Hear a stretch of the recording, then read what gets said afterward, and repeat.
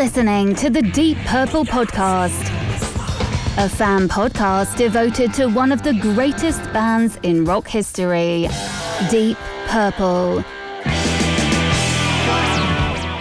Your hosts, Nate and John, cover their shared history with the band, discover new music together, and cover the farthest reaches of the Deep Purple family tree and beyond.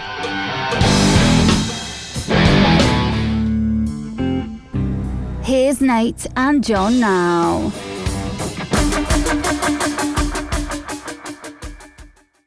Welcome to the Deep Purple Podcast, a fan podcast devoted to one of the greatest bands in rock history, Deep Purple. Today's episode is episode number 325, Captain Beyond, live in Arlington, Texas, 1973. And coming to you from the suburbs of Chicago, where we're actually having spring. I'm your host, Nathan Beaudry. And coming to you from the suburbs of Providence, I'm your co-host, John Rodcast Matola. Ooh, that's a good one. Today is the Rodcast, because we get to talk about Rod. We're almost completely out of Rod Evans things to discuss. But oh boy, start Rod Evans podcast. He better start doing some stuff. He's got to start putting out some music any day now. Or releasing our somebody should be releasing archives of him, something. Jesus, that'd be great if you know, like when you jump on Spotify and it's like, oh, so and so has a new track. It's just like Rod Evans, which I don't even think is a thing on, but it's just if it just said Rod Evans newest release, he just releases a single out of nowhere. Or it could be like one of those things where it says Rod Evans, but it's like somebody completely different. Or it could be somebody called Rod Evans. Yeah. But how many Rod Evanses are there out there? I think there's probably more. Only one. More than a few, but only one for us, folks. Hey, only one that we care about. I don't know if you heard this, John, but well, before we get into that, we're actually having spring weather here. We're recording this in spring, but it probably won't be out till summer.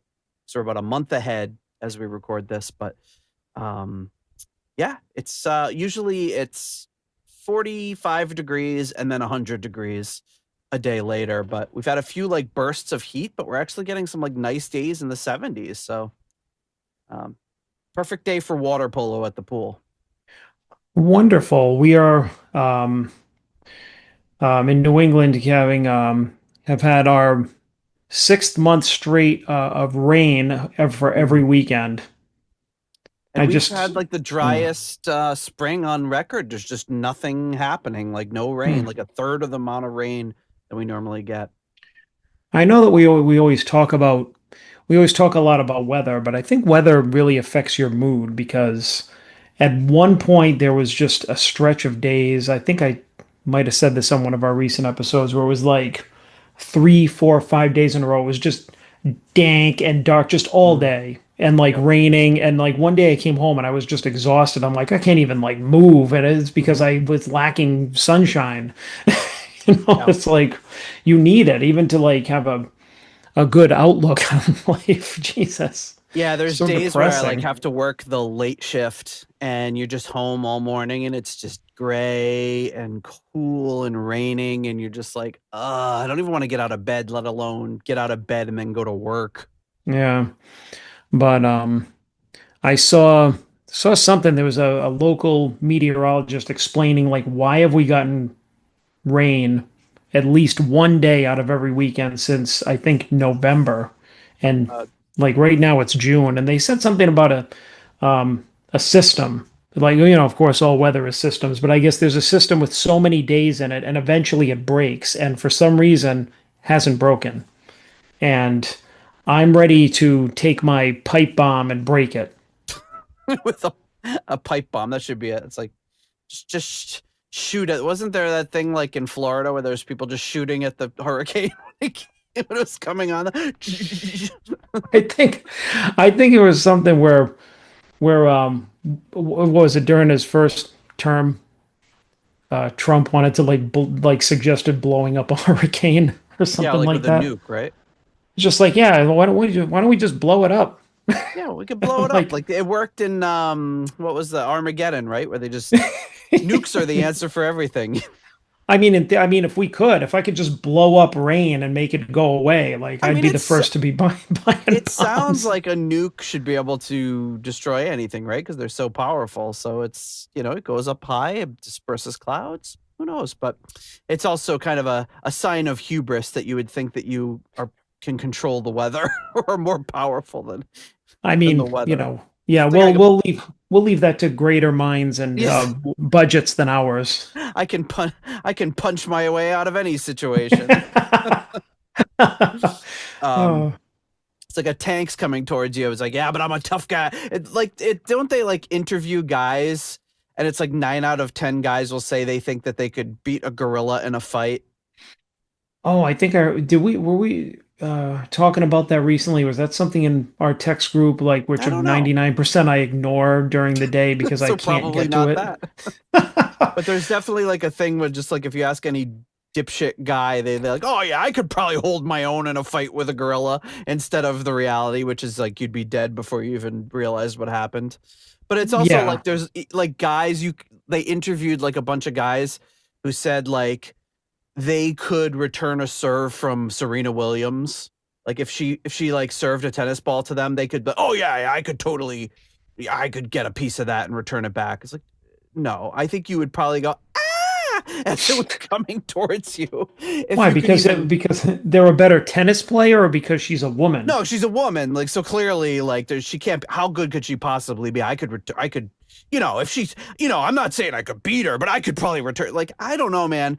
I think maybe if you stuck your tennis racket out through the law of averages, eventually you'd probably get a piece of one of them, but I don't think it would even go over the net in the right place. Even if you were No. a decent tennis player, like it's just, I don't think Yeah. people really can, or like, I guess dumb guys, I don't think can really conceive of how difficult some things are, like fighting a gorilla, for example. Yeah, I think that yeah, in that tennis ball scenario, I would agree that she's a woman who could serve a ball that would blow a hole through my head if I was standing across from it. So, because I've had no training in tennis And even whatsoever. furthermore, you could take whoever the last ranked professional tennis player is. Like, I don't even know how many professional tennis players there are, but you've got to figure if there's 300 of them, she's one of the top 300 tennis players in the entire world. I'm not returning anything, but returning my Yeah. tennis racket to the store. I would have to guess that if there's always got to be a last in something. I'm Yeah. sure that the last in tennis would still beat me. Yeah. So, Not just beat you. I mean, yeah. So anyways, yeah, the top in the top like tier, no, not even a chance. I might the most I would hope is to get her autograph. if And if Pete was with me on a coaster. On a coaster, yes. On a coaster with a tennis ball on it. It's like, if I live, can I get your autograph? But folks, we didn't come to here to talk about tennis. We came here to talk about Deep Purple, or Captain Beyond, as the case may be. You might not know this, John, but the Deep Purple podcast is 100% listener supported, brought to you by the folks at Patreon. And by folks, I mean the folks that support our show, not the people that run Patreon. They don't do anything except skim a little off the top. It is a good platform, though. But you can support our show for free by leaving us a 5-star review on Apple Podcasts. You can support our show with money by buying some merch at our Etsy store. And you can support our show by becoming a patron on Patreon or on PayPal as little as $1 a month. You get access to our patrons-only Discord channel, you get access to our ratings spreadsheet, invites for our live stream episodes, links to submissions for all of our album reviews and ranking episodes, and access to banned episodes on Patreon, which the first one we did today. It was our episode Mark 2 does Mark 1 episode was banned for some reason by YouTube. So we put it because on it was Patreon, just so too good. The versions were too good. Like the general public cannot deal with how good this episode is. At least the video. The audio is fine. They couldn't handle Gillen singing "Bird Has Flown." Their heads Nobody's exploded, nobody's ready for that. just like a tennis ball going through a served by Serena Williams. So sign up to become a patron like one of these fine folks in our executive level. Coming in at the in memoriam tier, we have the wonderful late Gerald Jerry Kelly and family. At the $25 uncommon man tier, we have Ovis Nakvi and Purple Maniac. At the 20 is plenty tier, we have Alan.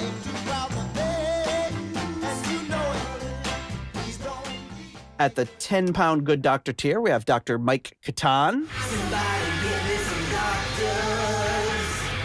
At the turn it up to $11 tier, we have Clay Wambacher, Frank Thielgard Mortensen, Mickelstein, Will Porter, PhD, PP, and Michael, don't call him Bradford Bagford. At the $10 someone came tier, Ryan M., Jeff Bryce, Victor Campos, better call Saul Evan.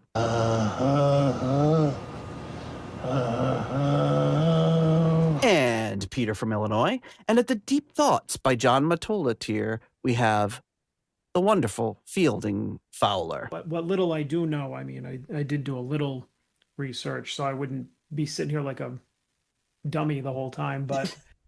Thank you so much to all of you for your generous support of the Deep Purple podcast. Next album ranking show, who do we think we are?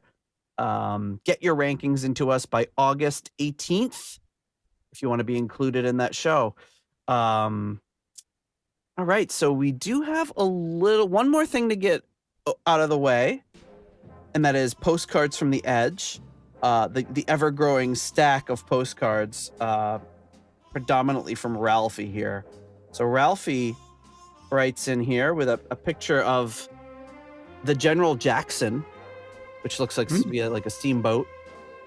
It says, cruising the Cumberland River, the General Jackson has to lower its smokestacks to safely clear. Clear what? Okay. The bridge, I guess, in that photo. Yeah, probably. It doesn't say to clear the bridge. It just says to clear. Dear Nate, episode 18 is Stormbringer. It storms in Tennessee, too. Have a good one, Ralphie. Then we have this one, which is Nashville Playboys. So it's a bunch of hunks with cowboy hats sitting on a muscle. No, it's not a muscle car. It's a Jeep. Yep. And they're outside the Wax Museum of the Stars and the Cars of the Stars. And these are some hunky guys. One of them's got a bandana on and jeans. Nary a shirt to be found in this photo. And it says, greetings from Nashville. Dear Nate, Tom Bolin is a good player in episode 19. I might become a patron.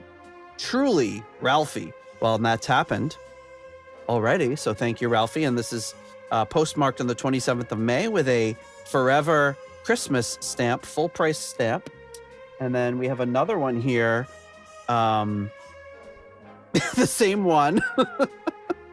Except he had doubles of the Nashville Playboys. It says, Dear Nate, episode, and then he kind of missed writing it in, so he put like episode 20 was particularly enjoyable. John still doesn't talk as much as you. So long, Ralphie.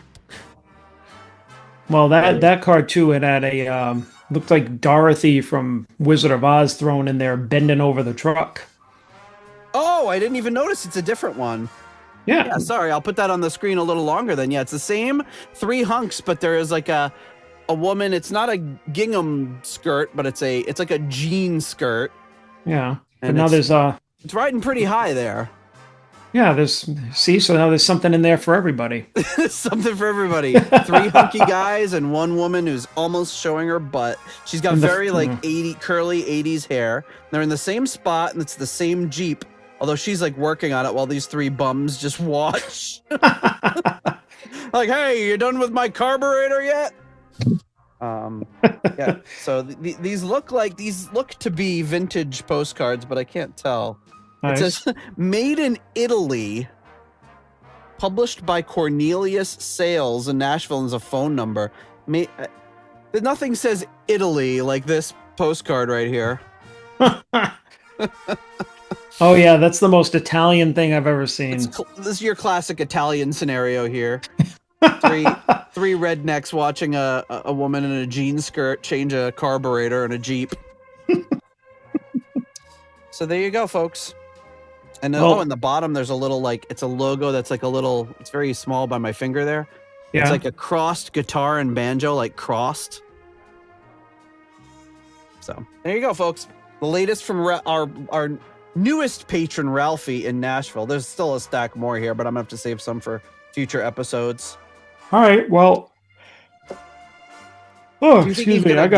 Do you think he's gonna get to these episodes, or is he gonna? Because he's, as of the latest one I have, it looks like he's on episode 48. So he's making some progress, making some headway. And I'm not getting a postcard about every episode unless they're getting delayed. But some of the ones I'm getting in are postmarked way before the ones I just read. But I'm reading them kind of in the order I think they were sent.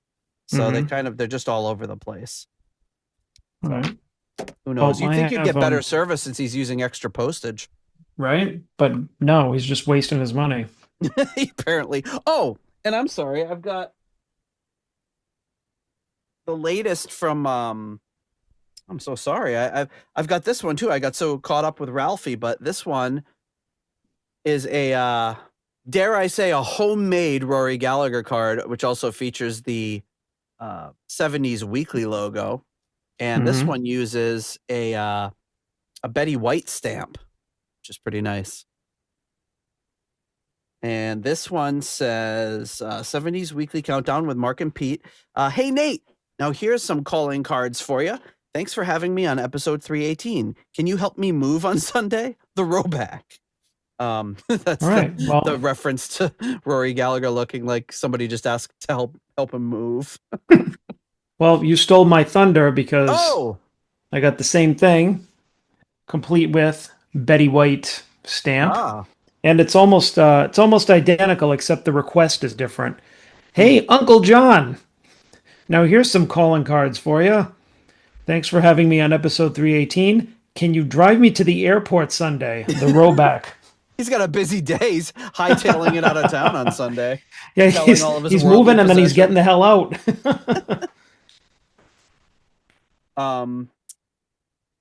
That one did come with a CD too. This Rory Gallagher live CD. I did not get that. I thought you got a live CD from Rory. I got two of them, but he sent me two, but that wasn't one of them. I got them separately, so maybe I just got them separate. Oh, I got a different one. Gallagher Stage Struck, recorded live. Yeah, I can't. I don't know where I put them somewhere else, but I didn't. I don't think that was the other one I got. And then one last thing, and this looks like this comes from the Office Oasis. Yeah, and it shows a picture of I think somebody sent me some casters. It's just like some wheels. So let me open this box. I should say it is obvious who it's from based on the cover.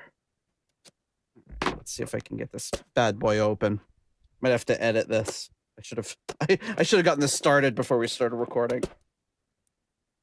And if I slice my hand open, then we might have to reschedule our recording. It says, Nate, springtime, late, greetings, although it's still springtime.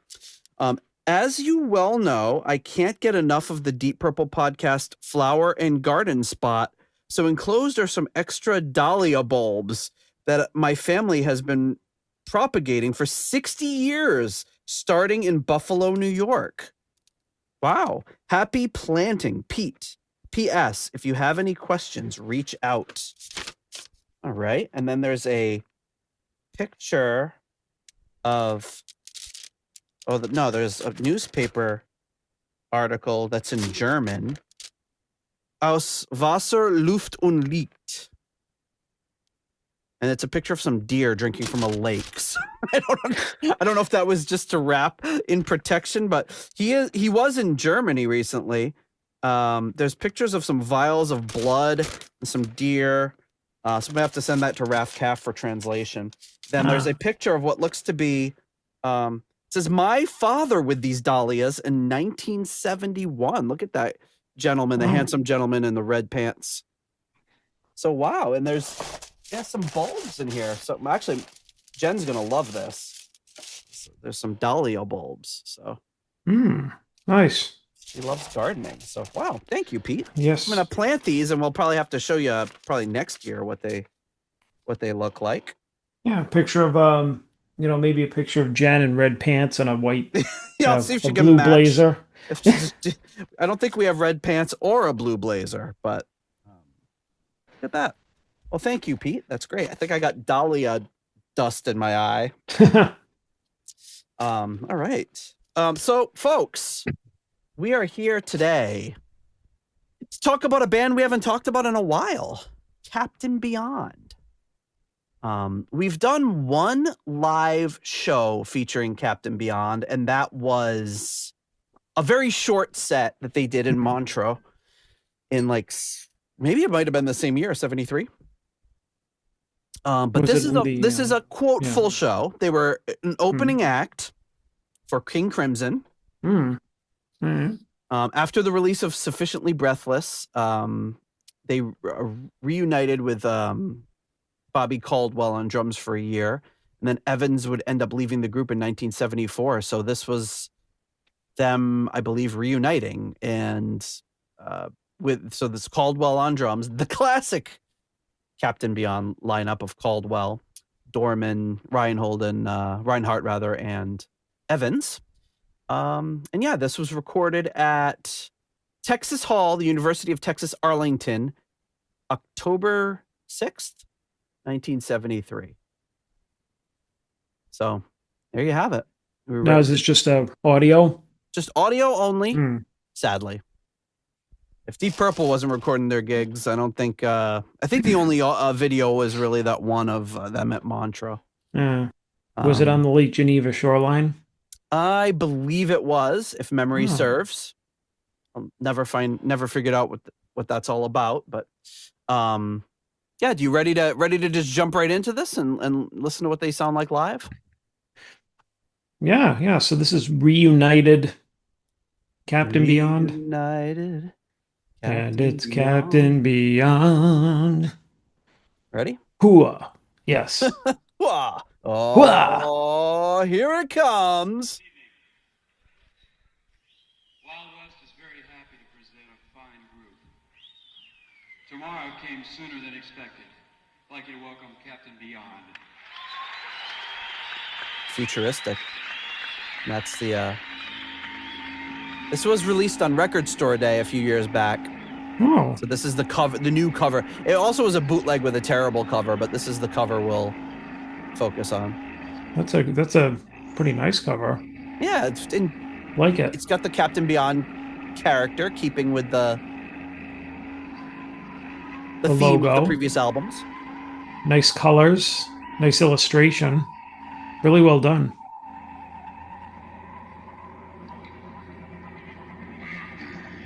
Whoa.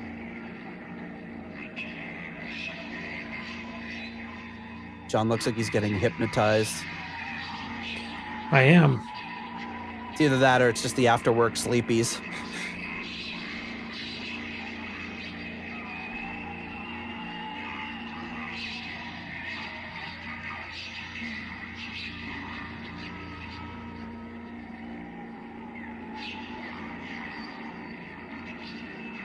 I don't know what this demonic voice is saying, but it doesn't sound good.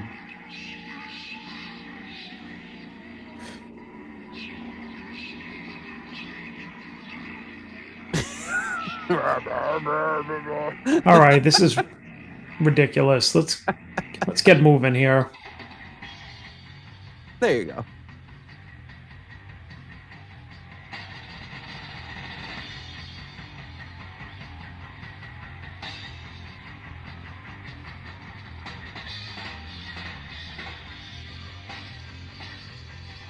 So this goes into Voyages of Past Travelers, Distant Sun.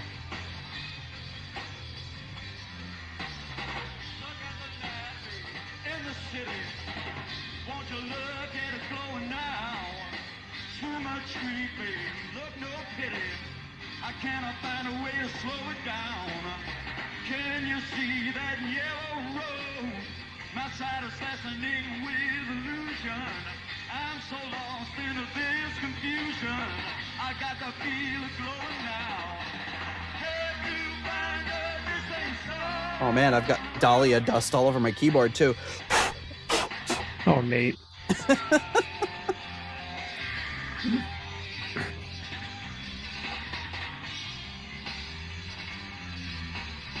Desperately I start to wonder, can I look back with no regret? I'm trying hard, got no one to help me. I got to make a breakaway. So apparently, Rod Evans' last show with Captain Beyond would have been December 31st of 1973. So a couple months after this. Oh.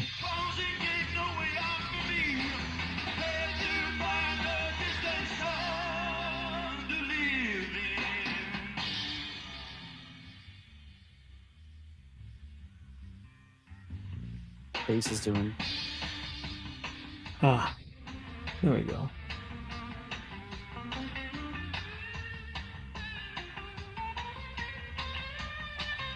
So definitely bootleg level quality. I've heard worse bootlegs. Heard better. Oh, yeah. I think the cover is better than the bootleg. Yes. Well, I don't know. Do I have the other cover here? Let's see. That's the like original cover for the bootleg, which is pretty terrible. Ugh. It just looks like 4 Sasquatches walking through by a glacier. And there's like a little crystal ball with that little Yeah, with the weird hand. like infinity hourglass thing and a hand reaching for it. Yeah, I like the new one better. Yes.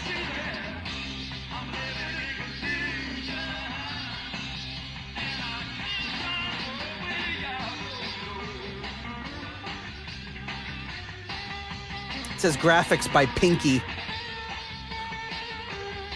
for the old one. So this is the I like release it. that came out on Record Store Day Oh. with the red vinyls. It's pretty nice. Yeah, I like that. It's nice. I like the, you can tell it's a bootleg because if you go back to see the songs, it's Dancing Madly Backwards, apostrophe S. Yeah. Idiots. There's misspellings, inconsistencies, leaving things out.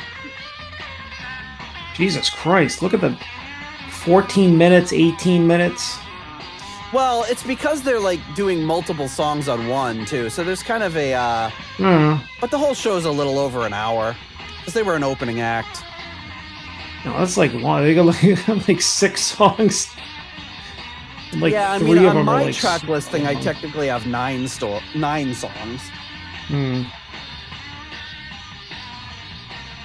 This is another version of it. It's called Frozen Over Live, where it takes the visuals from Sufficiently Breathless outside of that building with all those weird, freaky things like the devil with the butt with his butt out and the hand with legs and walking a pony. Yeah. Very trippy. There's a ticket stub from the King Crimson. And there's a little tour bill for the next day at Independence Hall with special guest Captain Beyond.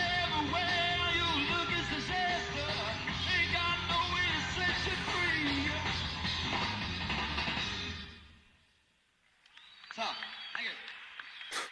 Yeah, pretty good. Thanks a lot.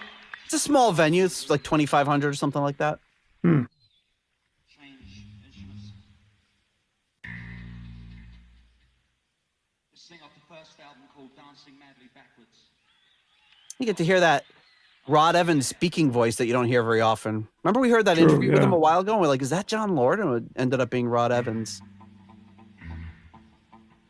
Very different from his singing voice. Oh, yeah. Like dancing madly backwards. Oh, here it comes. Oh, here it comes. Just the drum. Adjusting. Bass pedal. Adjusting. Yeah. An awkward silence falls over the crowd as Bobby Caldwell is apparently adjusting his bass pedal. You should do a little soft shoe or something, you know?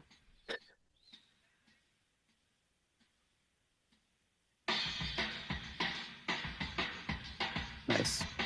dancing madly backwards on a sea of air.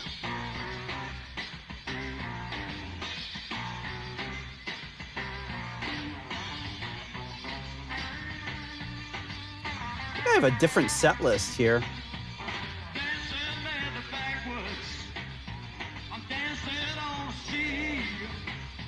Erasing all my memories. I'm blackness in my dreams. I don't know who's backing him up on vocals. Sounds good, though. Forget about your cares. And remember underneath you. It's just to see you there.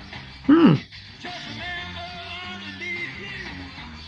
Just to see you there. Yeah, it does sound good. All your wishes. Whoever's harmonizing with them. Landing on a star. Knowing you are planted here. Knowing that so far. Dance, dance, dance, dance. Looks like Lee Dorman and Bobby Caldwell both did backing vocals, so Oh, neat. and if you're new to Captain Beyond, this isn't the Bobby Caldwell, the soul singer. This is the Bobby Caldwell, the drummer. Yeah, I like both of them, though. I love this riff.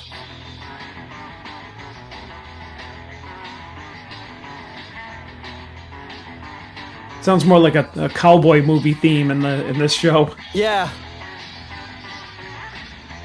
It's not as little more distorted. It's more of a twangy. clean sound. Yeah.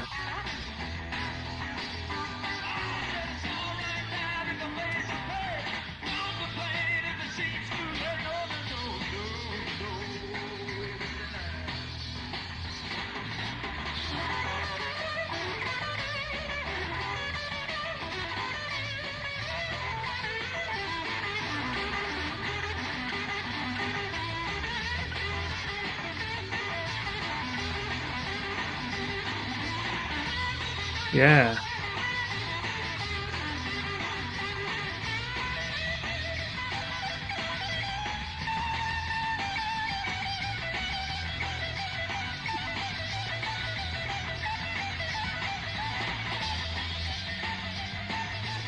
Pretty good with just the bass backing them up.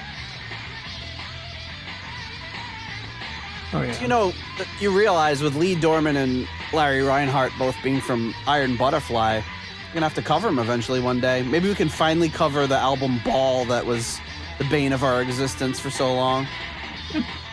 when trying to find the butterfly Yeah. ball and constantly finding Iron Butterfly's album Ball.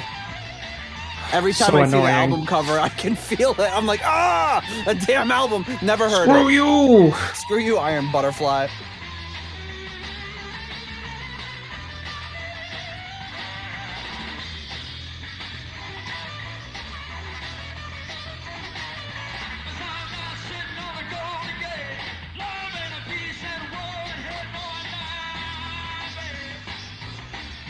I wonder how these guys went down with the King Crimson crowd. I mean, it's a pretty, I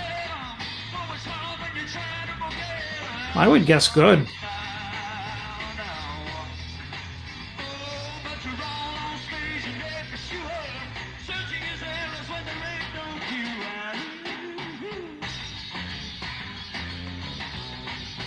oh, this part's so awesome.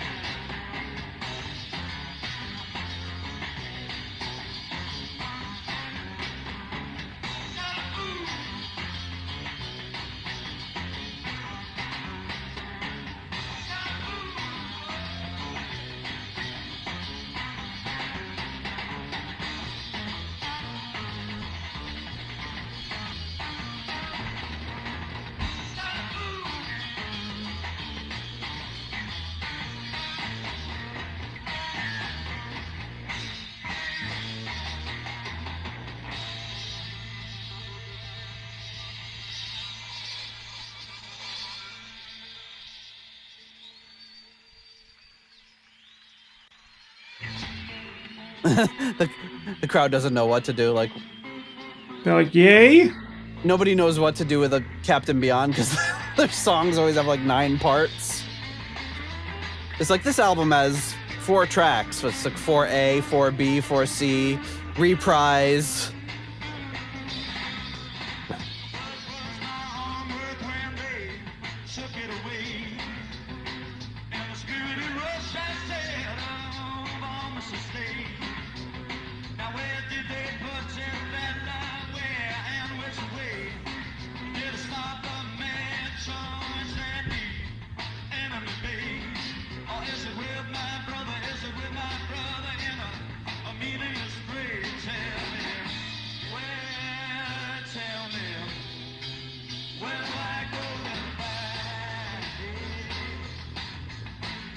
I'm trying to think of the track listing of the actual album. Let's see. Are they just doing it in order? I think this song is the opening track on the first Isn't it album. Dancing Madly Backwards the first track? Yeah, but isn't Armworth part of it, or is that? And Armworth is like the second part of it, but it's like a super short song. Oh. Then it goes into Myopic Void, Mesmeration Eclipse. So they do mix it up a little bit, but I think they keep the...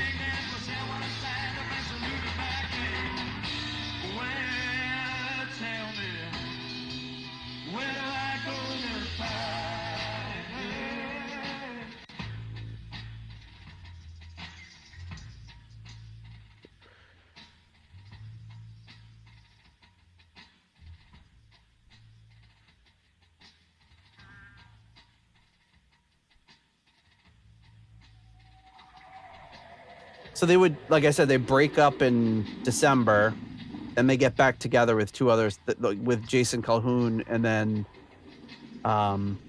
Willie D eventually taking over after that. I think Jason Calhoun was only in the band for a very brief time.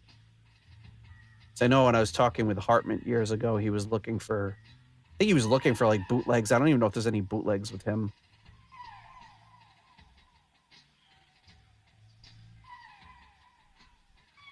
But when I was looking for this, I found some other bootleg from like, I thought maybe it was a band that also called themselves Captain Beyond, but it's actually them, and it's from like 2018. Like Bobby Caldwell reformed the band. With who? I don't know nobody we would know. Hey, you want to be in Captain Beyond? Sure. None of the people have Wikipedia entries. Jeff Artabassi, Don Bonzi, Jamie Holka, and Simon Lind.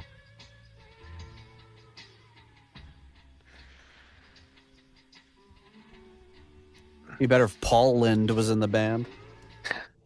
Oh, Charlotte. How much is my arm worth, Charlotte? Yeah, oh yeah, it says right here in the Wikipedia, resurrected. Oh, in 2013, resurrected with a lineup consisting of Don Bonzi, Jeff Bode Christensen, I don't know what that means, and Jamie Holka, bassist Alan Carmen, and guitarist, keyboardist, vocalist Simon Lind. And then they broke up in 2015 and then reformed in 2015.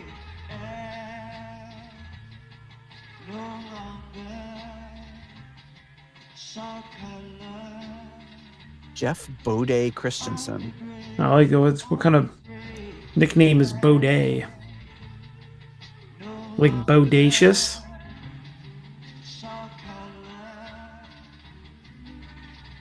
My friend in high school's nickname was Bodai. Oh, I found him he's on Facebook.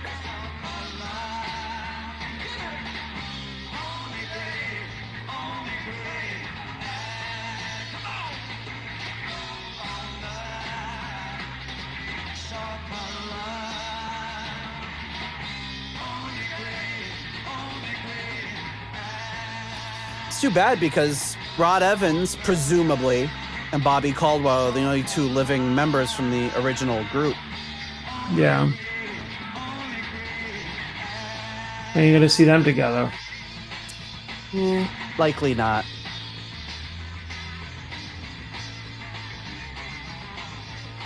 Yeah, I love this.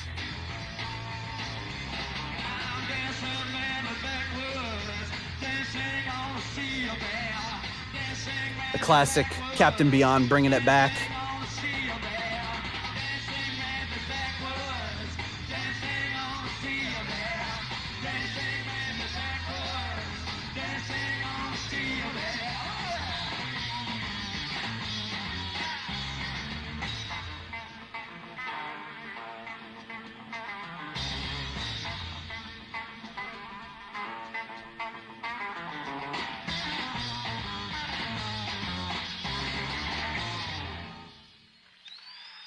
Well, he really did not use a lot of distortion on his guitar at all. No, it's almost like it sounds like it's I don't think he used any. Nice to be back in Arlington once again. We were here last year, give or take a week or two, about a year ago. Nice to see the place packed. We go on to thing out the second album called Drifting in Open Space. drifting in open space. Yep. Here it just says drifting in space.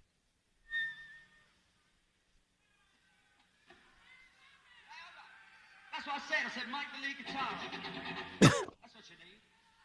It almost sounds like you're getting like the signal before it hits the distortion, you know, like we're not hearing. Yeah! It sounds like a fly, right? Need to be louder. Megadeth volume. Is it Megadeth volume? Yeah.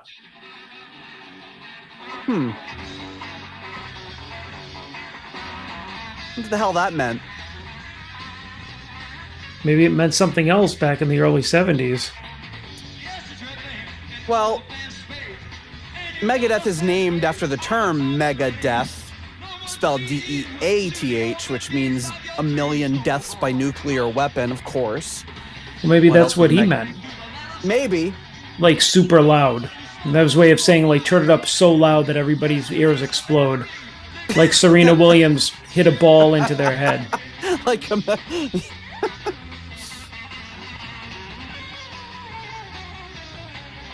don't care too much. I said about things lost.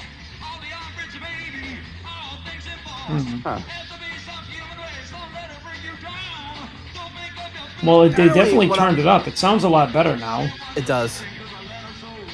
Or louder, anyways.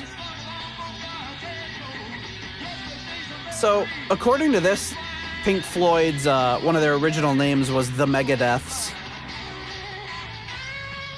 which I probably knew at some point because I used to read about them a lot. But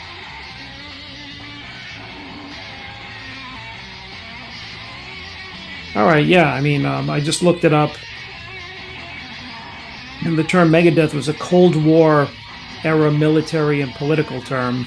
So obviously it was probably used around then. They referred to 1 million deaths in the context of nuclear war. So yeah, would have been very timely statement around now to make. which for me in my Megadeth era is of course Rust in Peace and all the, you know, what a Fallout Shelter imagery and everything that goes around with it. So it's the most obvious. And then, you know, we had the t-shirts with the like weird radioactive goo on them and stuff. Yeah.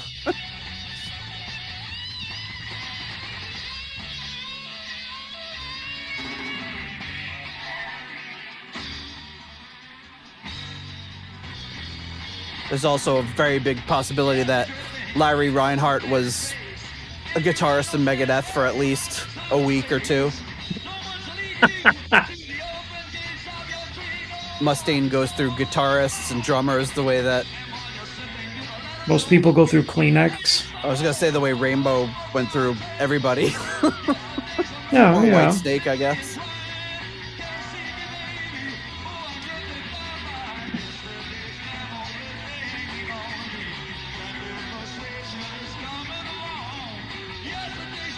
Yeah, the song of this is called Drifting in Space, so he's...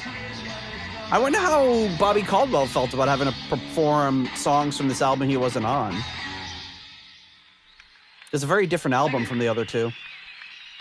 Considering they weren't that big, I figure you wouldn't care. Yeah, something's messed up over here. Which, as you'll notice by the flashlight, you'll see it being checked out. You just bear with us. They're having like technical difficulties between every song. Yeah, well, I mean, they were Captain Beyond.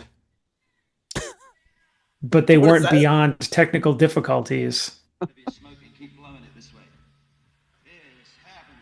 It's happening. Rod's looking to get a second-hand high off the audience. What are you smoking, blowing it over here, eh? Everybody exhale toward the stage.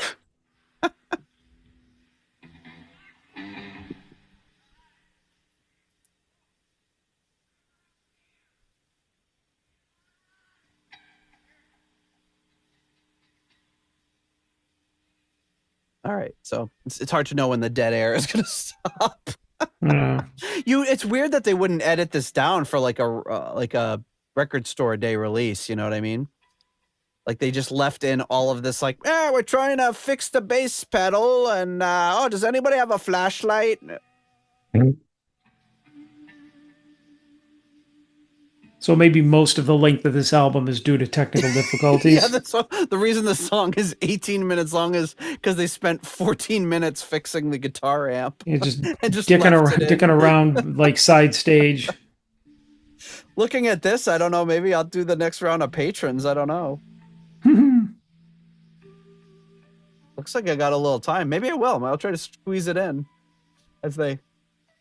Folks, while Captain Beyond is working on their guitar amp, I'm going to thank the next level of patrons, and that is, of course, our core level patrons. Coming in at the $6.99 new nice price tier, we have Spike's Ghost. I feel like we still need a jingle for that one. And Sugar Tea. At the episode $6.66 tier, we have Steve Coldwell, Arthur Smith, Getting support from the patron Arthur Smith, Anton Glaving, pain in the glaving, and Charles Meadows. At the $6.65 Almost Evil tier, we have Kenny Wymore and Richie Sucksmith. At the 70 Norwegian Kroner tier, Kai Runa, yes, I'm Norwegian Olsen. it's a great life if you know we can. It's a At the €5.50 tier, we have Merlin Rota.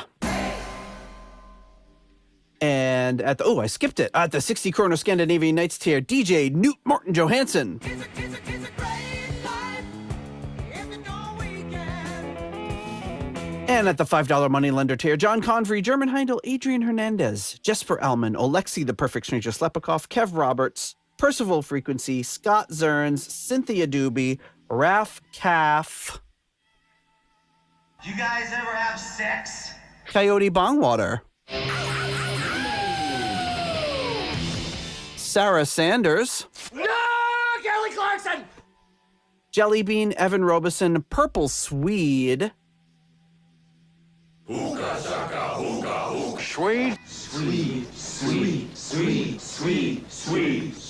and Ralphie Lee. Thank you to all of you for your support. Now back to your technical difficulties already in progress. I can't believe that he's just starting to do some narration now. Kindly do not touch. It's war. This is Pandora's box. Decree was issued round about, all with a flourish and a shout, and a gaily colored mascot. This is like giving me the first like couple of Deep Purple albums where he was doing that weird late 60s narration. Oh yeah, like Listen, Learn, Read On. Yeah. This is probably the reason they never really took off. I mean, this is kind of friggin' boring. In ages past when spells were cast, Ugh. there was a guitar amp that needed to be that had a blown tube. Well, that's the thing is like, I mean, this I don't know, this stuff is either you have to be into progressive, it's got to be done really well, or this is just kind of rooted like in like several years too late. Well, I think that like the spoken word sort of Shtick. yeah, I think that's like even not beyond progressive. It's more just kind of like hippy dippy nonsense. Famous now, not the ones to blame somehow for opening up that deadly box of war. But someone did. But I wonder, I think I'm gonna have to clip out that part of him talking about Megadeth. Acid in the lid. I feel like that will come in handy. Spilled the insides out. Across the floor. I mean, it's very artsy fartsy. Sort of bouncy. Yeah, I think if they just cut out the 4.5 minutes of Fucking not around. doing anything. I mean, I think it's okay to have this kind of lull where you're doing this spoken words. So definitely not my favorite thing, but No, me neither. It bounced right out. I may have talked about this. Well, I know I've talked about the show in the past where I saw Rufus Wainwright at Carnegie Hall Mhm. New York, like 2007, sometime around there. And it's an amazing Christmas concert, and he's just like him and all like a bunch of people were there. Unfortunately, Lou Reed was there. Hmm. And then, Unfortunately. man, don't get me. And then Jimmy Fallon was there, and a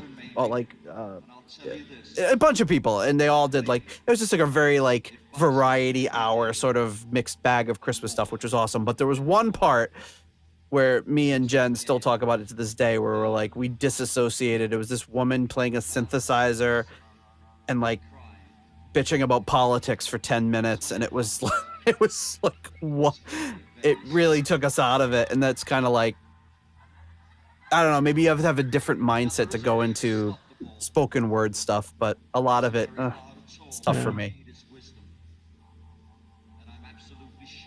The crowd's super quiet, Yeah, he probably fell asleep.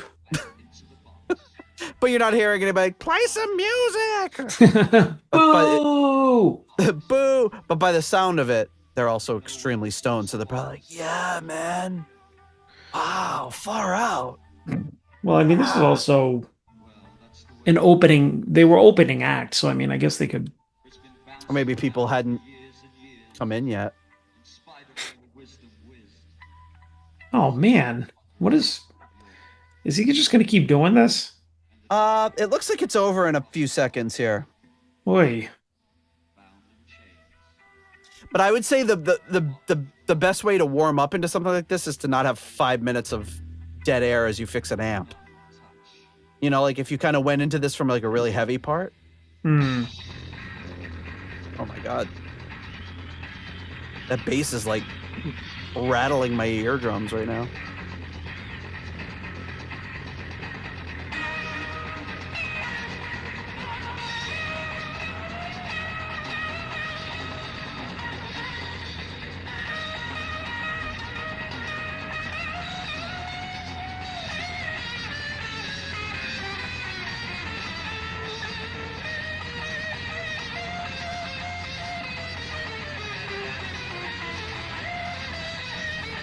So if you go to the Captain Beyond website, it says breaking news and it's announcing the release of this bootleg, but I think that was like 10 years ago.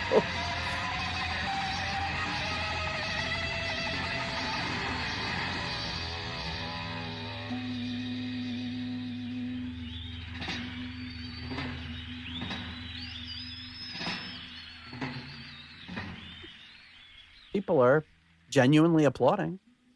So now we go into 1,000 Days of Yesterday.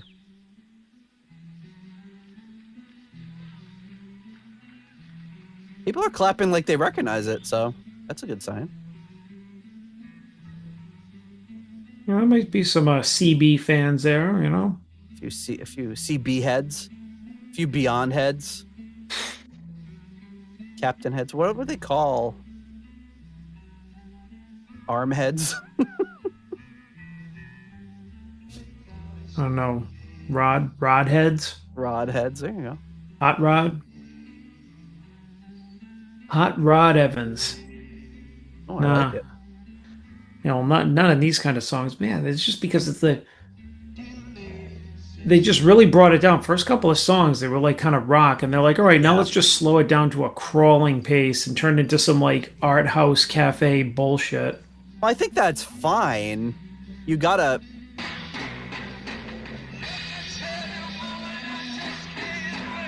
I mean, it's nice to have those dynamics throughout a set, but I think the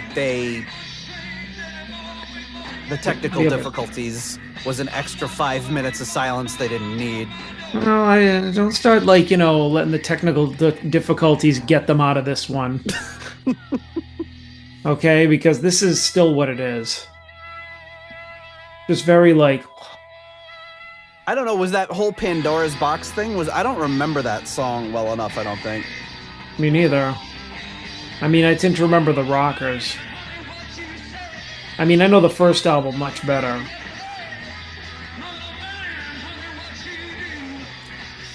Now into Frozen Over here.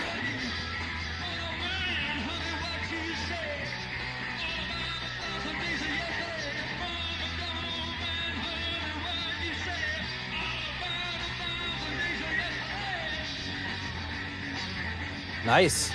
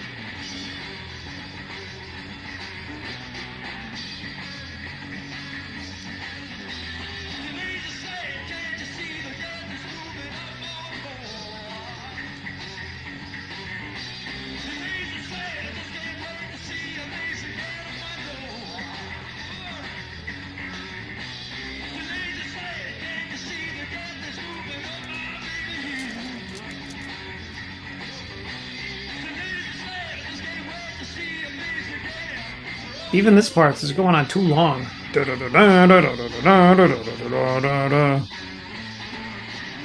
Like,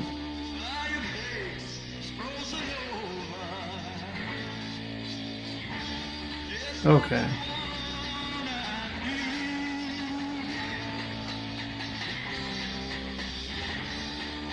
It is weird to the one weird thing to me about Record Store Day Yeah.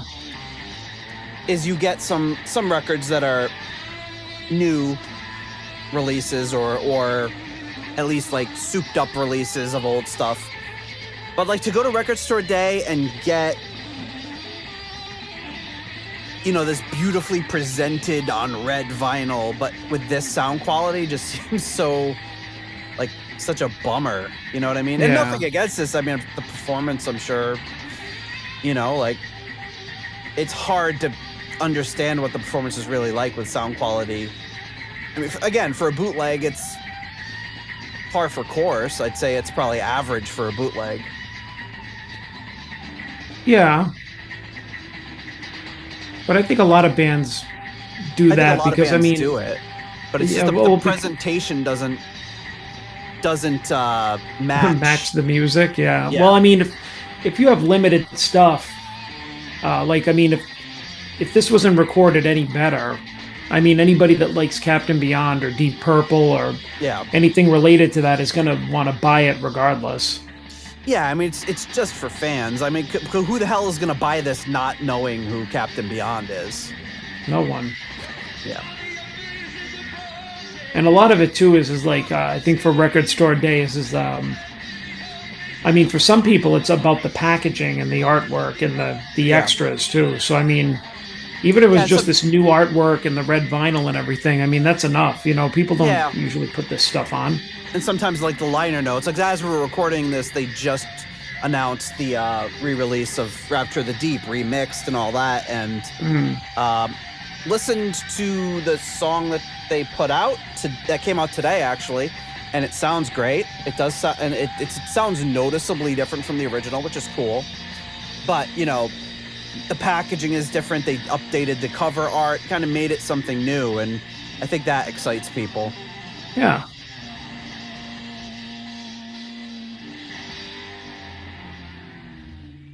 Now we're going into a guitar solo. Ooh. Well, this could be really bad or really good. I think Reinhardt's a good guitar player. So.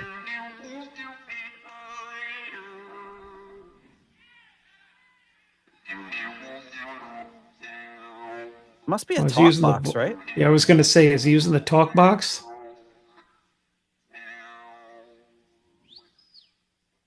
The grossest effect you can put on a guitar. I mean, it Well, no, sounds I mean- cool, but you know, you have to put that tube in your mouth, and it's kind of gross. I mean, more gross would be as if you'd have to stick the tube up your ass. Okay, well, Just like fart while you're playing.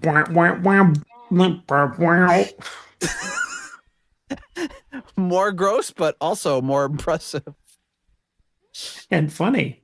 I like how you just like. I mean, I guess so. Like, I guess you have one up to me, but I guess you're technically true. It would be more disgusting if he did it that way.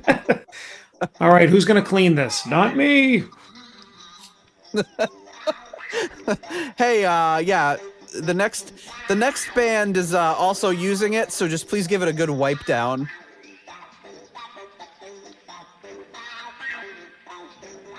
But I do love the way the talk box sounds.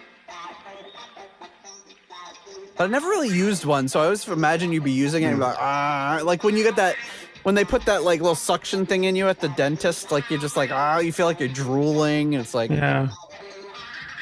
it's bad enough sharing like microphones, like you share a microphone, not share, but like use it after another band, and you like, you know, it's like the other guy was smoking, and it's all like, blah, and it's gross.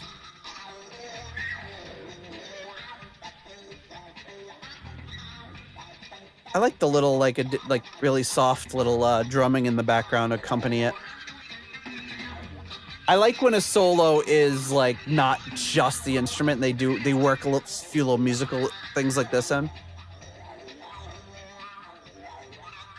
Yeah, it's kind of a cool little groove rather than him showing off.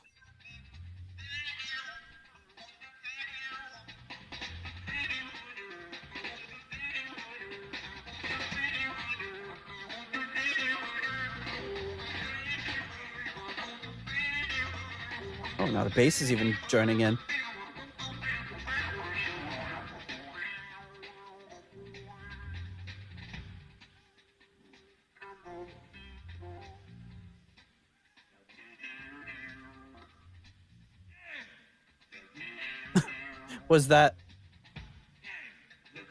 Is that Rod or?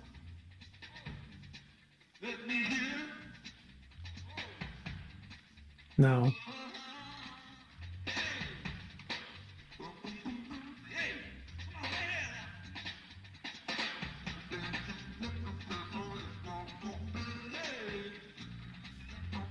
So the headline for that article that Pete sent me is Aus Wasser, Luft und Licht, which is made of water, air, and light. And then Google recommends, what does Schnuckiputzi mean in German? And apparently means sweetie pie. Okay. Schnuckiputzi. I took a picture of this article in case Raf Calf wants to translate it, but I don't. It looks like it's carefully cut out, so he must have wanted me to read it. Oh, I could use that Google thing, right? You point it at it and it translates it for you on the fly? Yeah. Mm-hmm. What's it called? Google Lens? Yeah, I think so. All right, let's try this. Which, I mean, it could be through Translate, too, if you have that. Oh, yeah. Translate with your camera. Oh.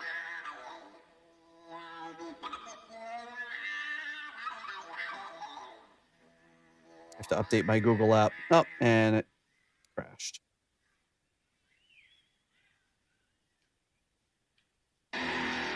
Whoa.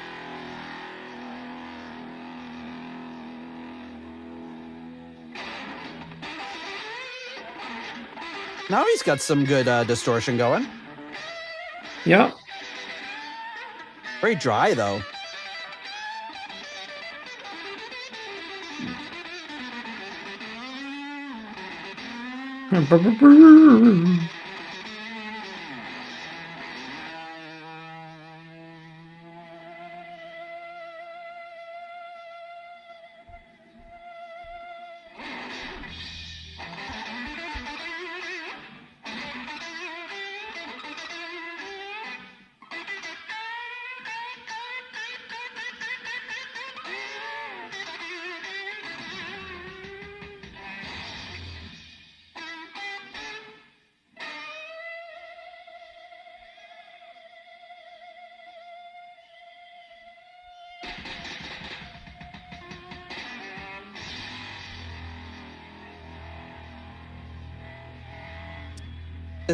This article is very technical. It involves an environmentally friendly solution for ammonia synthesis. Well, if there's a joke there, I don't get it.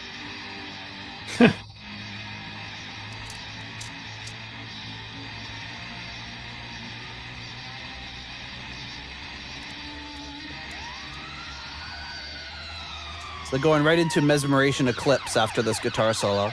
Whoa, The that fuck? was pretty good. Is he doing that with his guitar or making the sound effect some other way? What, the fire engine or the Yeah, the the siren? I mean, no, that's got to be something else.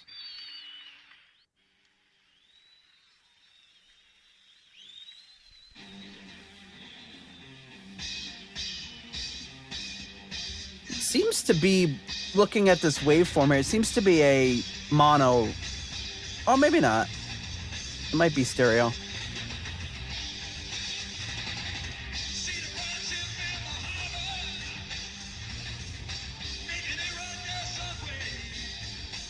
Oh, I got bad news. The next track is a drum solo, and it appears to be very long. So hopefully there'll be some, You can read the patrons. or I could read this. I could try to read this in German. It does have those little squiggly bees that we talked about one of the last episodes. A few of them. Or maybe it doesn't.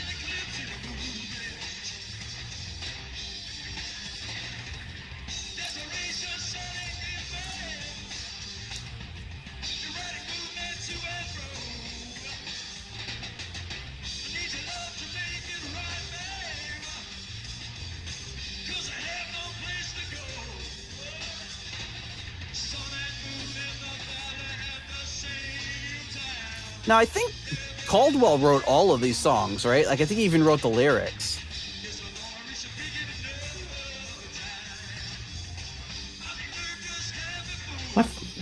I find that hard to believe. I mean, all of these, well, I mean, not that they're super intricate, but I mean, they're very long, and I mean, he wrote all of them. He came up with the melodies, the lyrics, like It says everything. all A drummer. All tracks are written by Bobby Caldwell and Rod Evans. Well, all right, and Rod Evans.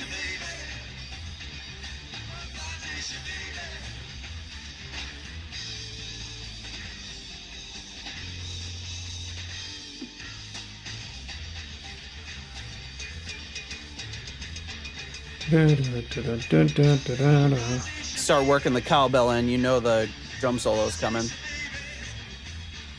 Oh boy. I mean, I like Bobby Caldwell, but I don't know. Well, let's see what they do with it. Maybe if they do more than just drum solo, working some musical bits in there.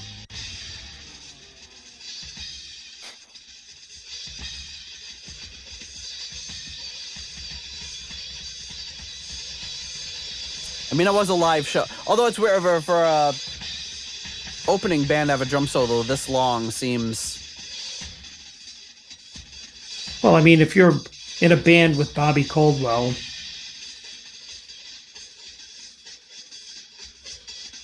Caldwell, not related to Steve Caldwell. yeah, whatever.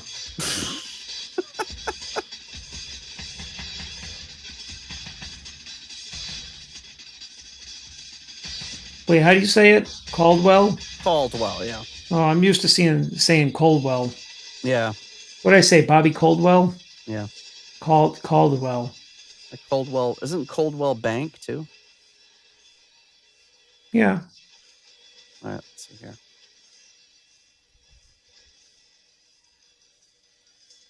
Maybe we should just start calling Steve Caldwell Steve Caldwell. Sounds like he's hitting the microphone.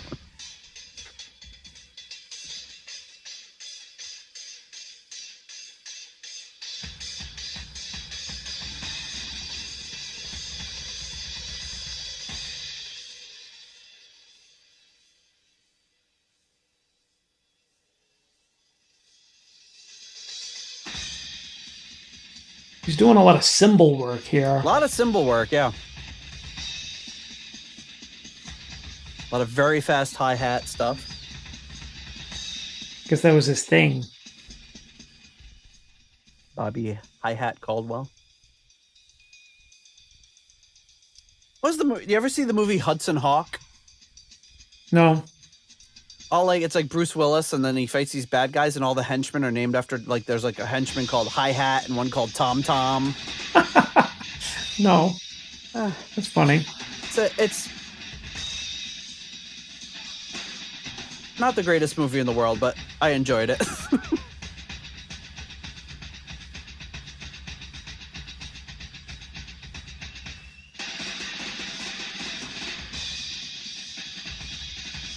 I was giving the snare a workout, so yeah, we're gonna. If this is all drum solo, there's a considerable amount of drum solo left. Oh boy. We have to see how much we can take.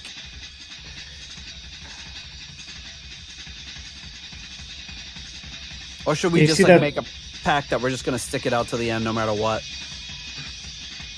Well, I mean, we have to. We have to? Well, what are you going to do? Like, just fast forward it? Yeah. But we could. We could just bullshit over it. So, well, I mean, look at this. This sticker on here, official bootleg for dedicated fans only. I just Yes. saw that, and I'm like, yeah, no kidding. Yeah, when you bring out a drum solo, it's definitely only for dedicated fans. And even some of them might be like, eh. Be funny if you were like, had the vinyl on and you're like, I'm going to the bathroom, maybe get a snack. You want me to pause it? No, please don't. Why? What else were you going to suggest doing? Playing cards or something. If you could figure out a way to do that over Zoom. You know, you'd still win. I'd still win. I'm terrible. You're terrible at cards? I can't play cards the same. I don't get it. Any card game, I can't grasp it. I didn't know this about you. Like, what No. don't you get? Like, what? Any no, card? Like, there's no card game. No. You're just terrible at all card games. Rummy, Yep. Pinochle. I've never played. I think the last one I played Gin Rummy. I don't know. We're at Rich's house for a cookout for Memorial Day, and we wound up getting into a game. I think it was Gin Rummy, and his Yeah. daughter's boyfriend had to help me. Like, he was dedicated to just being like my Yeah, like he he was wasn't even standing playing, behind he me was and just just your- like go yeah, he was my assistant. He just stood behind me. He's like, "No, you don't want to do that." I'm like, "I don't help you do it." I'm like, "Can you just play for me?"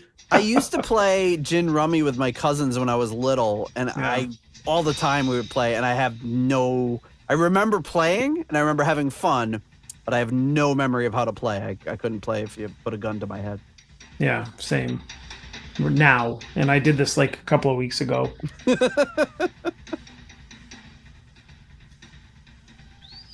Don't you say like Gin when you have like the right cards or something? Yeah, I think so.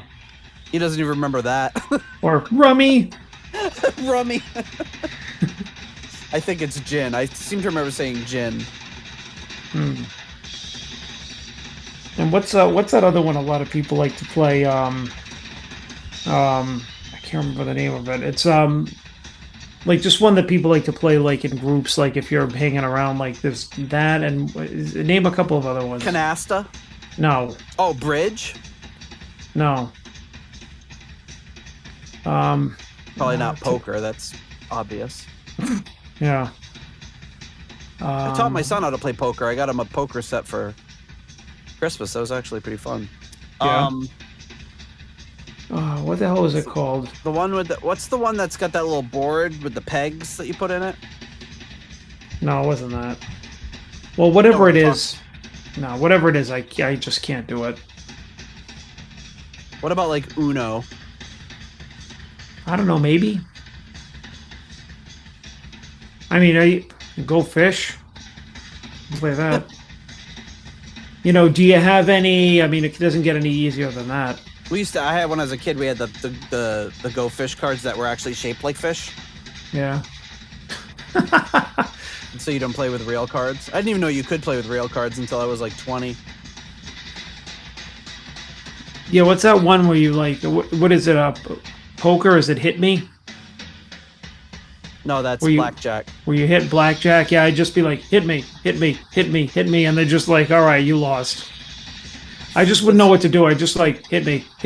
There was you just like saying "hit me." That But was yeah, that scene in Austin Powers when he's like, the guy's like, I like to live dangerously, and Austin Powers has like whatever 20, and he's like, hit me, and he's like, and the dealer's like, sir, you have 20. He's like, I also like to live dangerously, and then he's like, okay, now you have 23. And he's just staring down the guy. see, even I know you don't want to go over 21. Yes. I don't know how you do that, but By, well, what is Don't- it? Well, by just getting a, don't try to explain it. I'm not going to get it. I don't want to think about it. I think we should get together the patrons for a game of cards. Yeah, I know everybody right now is thinking like, "Hey, I want to get in a game of cards with this guy." Maybe he's hustling you guys. Oh, what is this? Cards? What do you call these? Cards? What are these called? Cards? He just wipes the floor with everybody. Definitely not a ringer. Is this thing still going on? I believe so, yeah.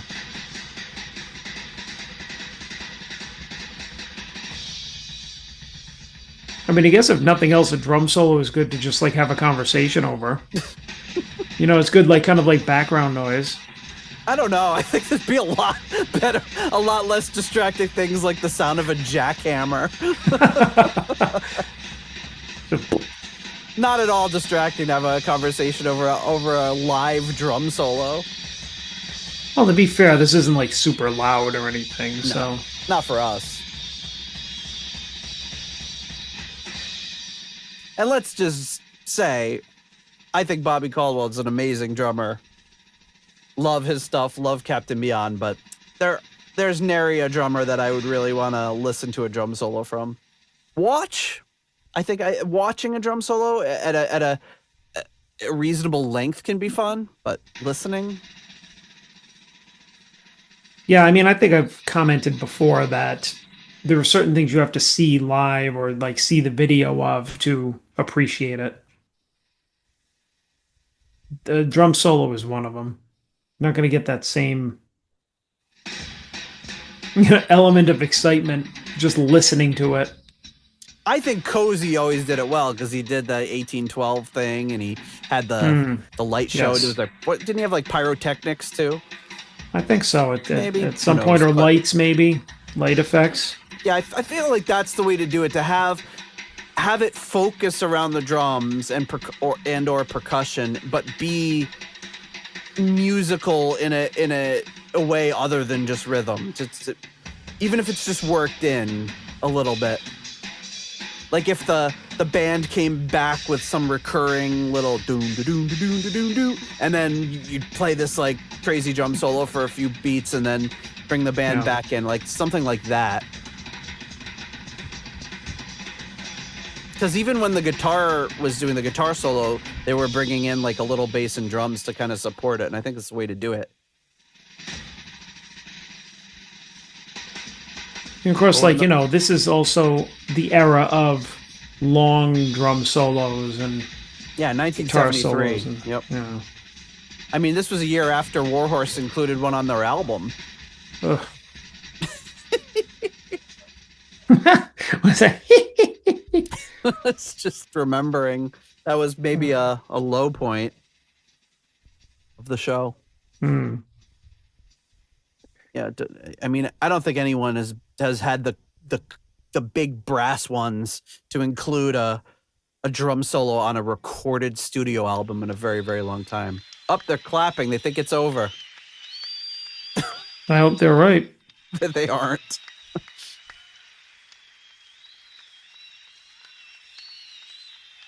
Bobby Caldwell on drums. Oh, maybe they are.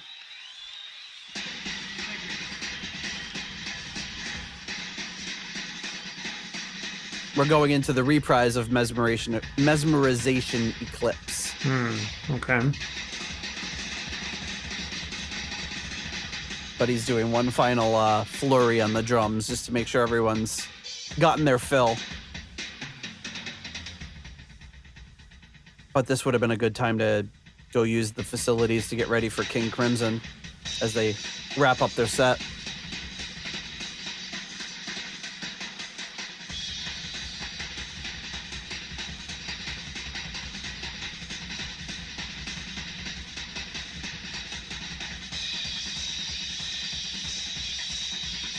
We did it, John. We stuck it through. Yay, we did it. We didn't play cards, but we talked about it. About all of our immense knowledge of playing cards. Well, my immense knowledge of sucking at it. And I learned something new. I didn't know you were such a bum at playing cards. Yeah. So, needless to say, it's not enjoyable for me. I don't like learning how to play new games, anything like board games or anything, but like once I know how to play them, it's fun, but I don't like the learning process. All right, here we go. Back into the reprise, it looks like.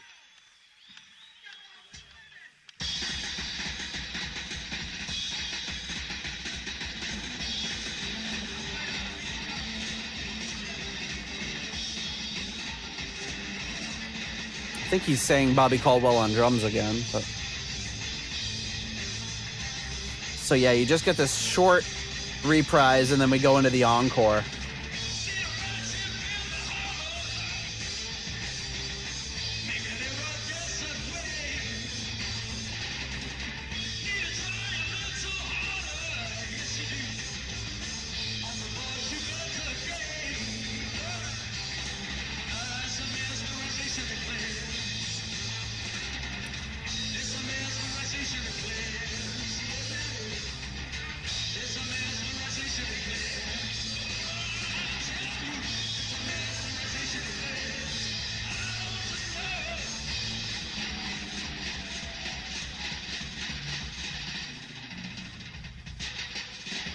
Is it Hearts that you were thinking of?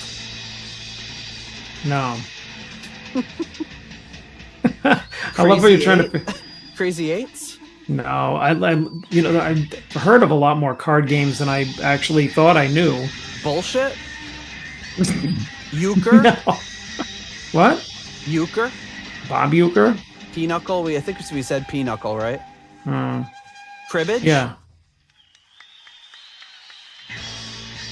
I don't know, man. It must be some obscure card game. No, either that or you already said it, but I forgot. Crazy Eights? You probably already said it. I don't know. The most popular card game is Solitaire. That's kind of sad. Well, yeah, because you're playing it alone, you loser. I used to play a lot of Solitaire. Loser. That's not a euphemism. Pyramid. I like playing Pyramid Solitaire. I was going to say, hey-oh. It's not a euphemism. Oh. Thank you very much indeed. Good night. Oof. Good night. And he's fooling you. They're going to do an encore. Ah, the fake goodbye. A cover song at that. Well, they're plugging their instruments back in. I'll tell you, the last time we were here, I think it was about a year ago. Remember that? I'll tell you something. I remember the Alamo. We were numbered by a gentleman that's we were booked to do these gigs. Texas. And I'm not hyping you here because we've done it everywhere. I think it's Who is this? the best audiences I've ever played for. Might be. No, no shit. No, I'm not kidding. What about the group giving a round of applause to the crowd here? That sounds like Rod, maybe. Is it Rod and Bobby Colwell maybe talking? Maybe. Or maybe Lee Dorman.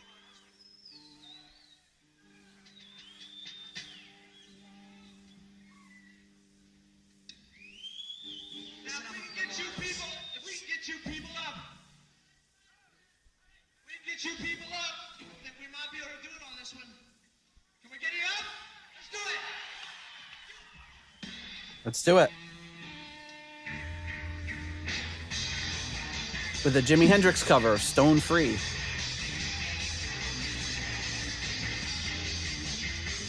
I like this song. All right. So it's one of my favorite Hendrix Yeah, songs. this is good stuff.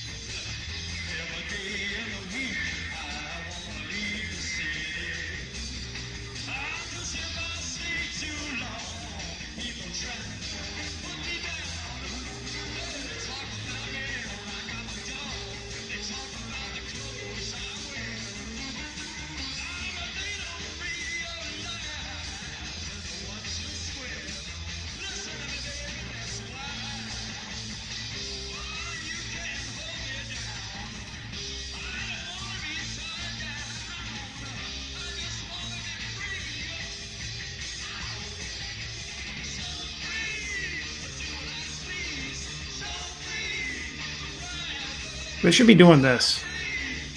They what? They should just be doing stuff like this. Just Jimi Hendrix covers?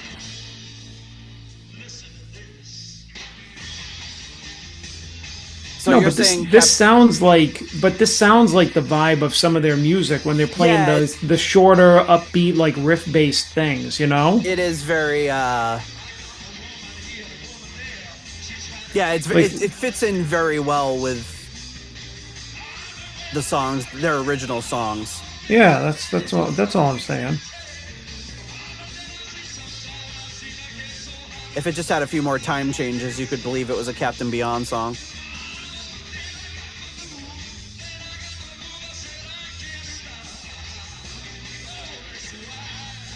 And they've got the lineup too. It's like guitar, bass, drums, vocals, that's it.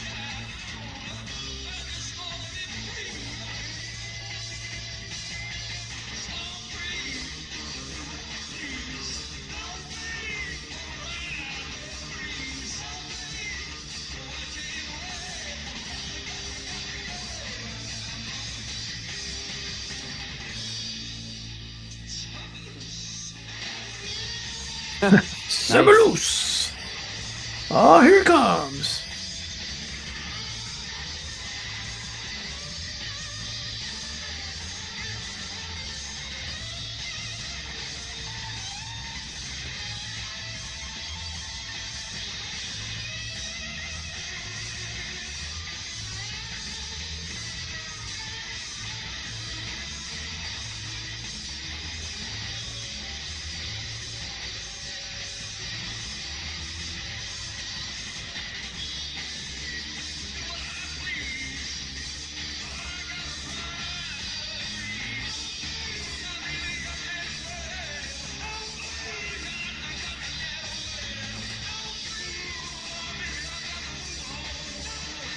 Well, they're smart to end the show on something a little more upbeat.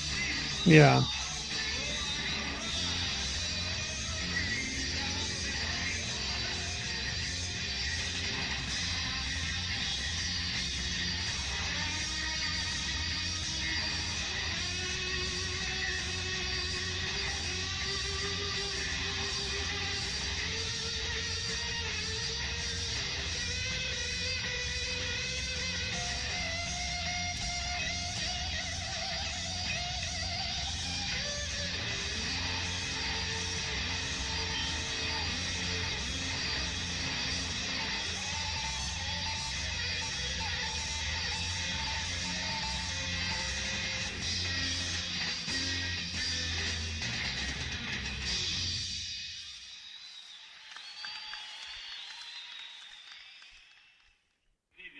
All right. Well, it's kind of an that it? abrupt. Oops. Sorry, it just started over again. Pretty abrupt ending after all that. But before we close out the episode, we of course want to thank our next level of patrons. Hopefully, they are thanking us after that drum solo. The foundation level patrons coming in at the £3.50 Deep Purple New York tier. We have Lord Longford. At the £3 aromatic feed tier, Simon Ford and Richard Brees. At the €3.50 tier, Weston Supermare Pilgrim. At the 293 pence tier, we have Blackmore Tights. at the $3.33 halfway to evil tier, Stephen Sharp and Duncan Leask. Hungry horse, hungry horse. At the $3 Nobody's Perfect tier, we have Peter Gardeau, Skippity, Ohio Riz. Ian DeRosier,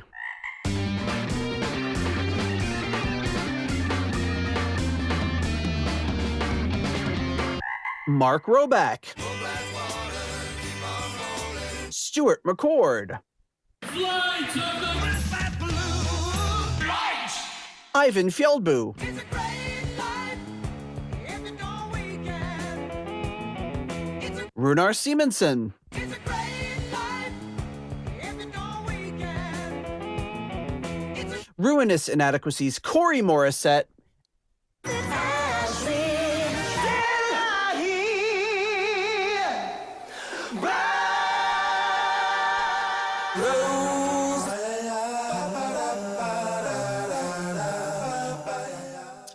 Joe Dopefish Sigler, Adam Cork, Tim Wood, Steve Down to Earth Kohler, Michael, and Matt R. At the $1.71 I Want My Own tier, we have Rich, Yangui, Shaylor. I know who Rich is. Rich is my favorite. at the 10 Cold Hard Danish Kroner tier, we have Karsten Lau. Cold hard Danish kroner. And at the $1 made up name tier, the deadliest drum solo, I don't know, Leaky Mausoleum, Stephen Somerville Concerto 1999 Fanatic, Hank the Tank, Private Eyes, Ashen Lionel, Zwapper the Electric Alchemist, Anders Engstrom, ICDC, Durple Purple, David Haddam, Graham Bonnet's Disco Pants and Haircuts. I said, Graham, our audience expects you to be a bit more dirty. Disco Pants and Haircuts, yeah. I'm just going to put my guitar across his head. Eddie Lyon. Homosexual. And Sick Tone. Where is she? Where is she? She's just about to close up the library. Thank you so much to all of you for your generous support of the Deep Purple podcast. All right. Captain Beyond live in Arlington. It had its ups. It had its downs. Mostly downs. Your final thoughts are mostly downs? Yeah, I remember the other live show that we saw them. That was a video, right? Yes. Yeah, because I'd seen some of that before, and it's like it's unfortunate, but I just think that they had a great first album. I don't think they were a great live band, very dynamic. I mean, the two performances, the one we saw and then the one that we just heard, they weren't that great. I mean, I remember like even the first one, I was just like, wow. And like, just Rod seems so low energy. Like the band just doesn't seem like they don't seem hungry. They didn't seem hungry. They didn't seem interesting. I don't know. Maybe it's just a genre of music that, or that a subgenre, whatever, that I don't really get or like, but I don't know. I feel like they would have lasted longer if, they were actually better. But yeah, from the live performances, I'm not really impressed. It was just, this one was kind of a snore. I thought the Mantra one was good. I mean, I did, but if I remember right, I thought it was decent. I mean, maybe, because we saw because we saw a video. I mean, it was great seeing Rod doing something else, but I mean, here, it was just a lot of meandering bullshit. Yeah. Honestly, I think the record, the art and the packaging of the record were the best thing about this. Oh, for sure. I again, I can deal with a bootleg quality not being so great, and like I said, this one I would say is average for a bootleg of the early 70s. I could get a better bootleg now, just bringing my little recorder and my little fuzzy guy here and just putting it down there, and it would probably sound 10 times better. But with the technology of the day, I can look past that. But there was a lot of dead air. There was obviously a technical difficulty, and I don't know if that's when Rod decided he was going to recite some off the cuff poetry or what that was, or if that was lyrics he was referencing for something else. But I don't know. I think the bigger problem for me is including all of that dead air and technical difficulties into the recording. I don't know why you wouldn't just edit out 10 minutes of this recording and tighten it up a little bit. Why would you leave all this like kind of all these false starts and all this dead air in between tracks when you could just snip a little bit out and make it a little bit more cohesive? Then there's the decision about it was a different time. It was over 50 years ago. Doing a 12-minute drum solo in that time period was not unheard of. But it's hard to get too excited about a live drum solo on a bootleg or something like this. Right. So yeah, I mean, it's hey, it's a piece of history. We did it. Yeah. Then it's time to move on. Yeah. Yeah. Well, we're fast running out of Rod Evans related material. So if you've got any ideas. Sadly, I think this is one of the better sounding Captain Beyond bootlegs. But yeah, not there were some great moments, some really good energy, I thought, during the beginning. Once they hit that technical snag and went into Pandora's box, it felt like they never quite gained their momentum back, gained their, you know. Yeah, but I don't know. I think you're right though. I mean, if someone went to enough trouble to package this for Record Store Day as nicely as it looked, you figure that somebody with the skills, like you give it to somebody like Scott, for instance, that has a lot of like audio skills. I'm sure he'd be able to edit that down, clean it up. It would take no time at all. Probably minimal investment to have something like that like sound even better, and like you said, tighten it up, like kind of close those gaps a little bit, so at least it's like a better representation of the time, rather than something that sounds like super, just like, oh, here's the raw tapes, blip, there you go. Yeah, there's something to be said about presenting it exactly as it was experienced, but as far as something you actually want to listen to for archival purposes, you have that. But it seems to me like even you could even edit down the drum solo, I hate to say. But we don't, you get the idea of a drum solo pretty quick. There's a lot of long gaps. You could say, I mean, I could put this into the software here and give me an hour with it. And you couldn't do much for the sound. Like you could put some EQ or whatever on it. I'm sure they already did that. I don't think you're going to make it sound like people think, like in when you watch one of those police shows and they they see like this grainy security videos and they're like enhance, and then you could read every letter on the desk on a little post-it note, that's not realistic. And you can't do the same thing with audio either. You can't all of a sudden make the bass like sound great and bring up the vocals and parts where they're not there. It's just not possible. I'm just saying like a little bit. But yeah, you could put a little EQ on it. You could do some basic things. It's not going to sound totally better, but the most of it is just snipping out some of those gaps. Put a little stank on it. Yeah, well, a little less stank on it. Take a little stank off. Or at least take out the part where it's like, oh, I can't get my guitar working. Oh, hey, blow some of that smoke up here. That actually is kind of, that's stuff like that is kind of funny, Yeah. Like that was fun. Some of the best things we like about those live Ozzy concerts are the crazy things he says between songs, but you gotta keep it. It's just like a live show. You can't have these long gaps between songs where you're like futzing around trying to figure out what you're gonna do next. You have to keep it tight, go from song into song into song. Like, we've seen Deep Purple enough times. They open with like 3 songs in a row. They stop, they talk a little banter with the audience, boom, they hit it with another couple songs, they do a little more banter. There's no dead air, there's no time, there's none of these awkward gaps between songs, and that's what you have to do when you're playing in a band. But anyway, it is what it is. 1973, October 6th. Coming up a day that will live in infamy. A day that will live in infamy in a few months as the 52nd anniversary of this show. Maybe in Deep Purple fashion, they'll come out with a 50th anniversary of this on the 52nd anniversary. We'll have to see.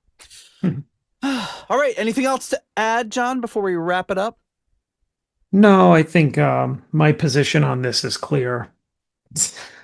John, much like card games, John doesn't have much use for this live recording. Yeah, I don't get it. All right. Well, folks, we're going to have something that we will get and you will get next week as we jump into a new exciting topic in the Deep Purple expanded universe. So thanks for listening, and we'll check you next week. If you like the Deep Purple podcast and would like to support the show, please consider joining our Patreon or donating on PayPal. Patrons get full access to the podcast, Discord server, ratings, spreadsheets, and live stream invites. You can also leave us a 5-star review on Apple Podcasts to help new people discover the show. You can follow the show on Blue Sky, Facebook, Instagram, or Threads. You can also check out the website at deeppurplepodcast.com for show notes and more. Contact us via email at johnornate@deeppurplepodcast.com. Thanks for listening.